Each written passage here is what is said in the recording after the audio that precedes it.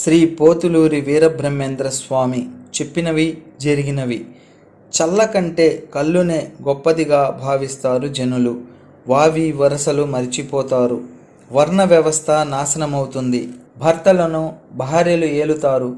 రాజరికాలు నశిస్తాయి. ప్రజలే ప్రభువులు అవుతారు. తిరుపతి పెద్ద పట్నమవుతుంది.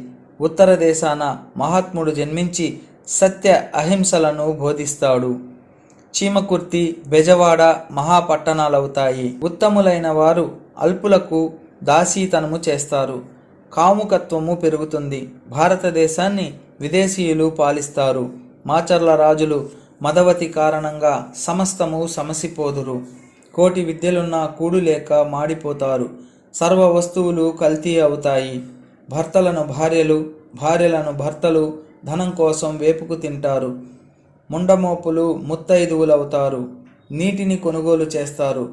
ఎడ్లు, దున్నపోతులు లేకుండా బండ్లు నడుస్తాయి. మనుష్యులు పక్షుల్లా ఎగురుతారు.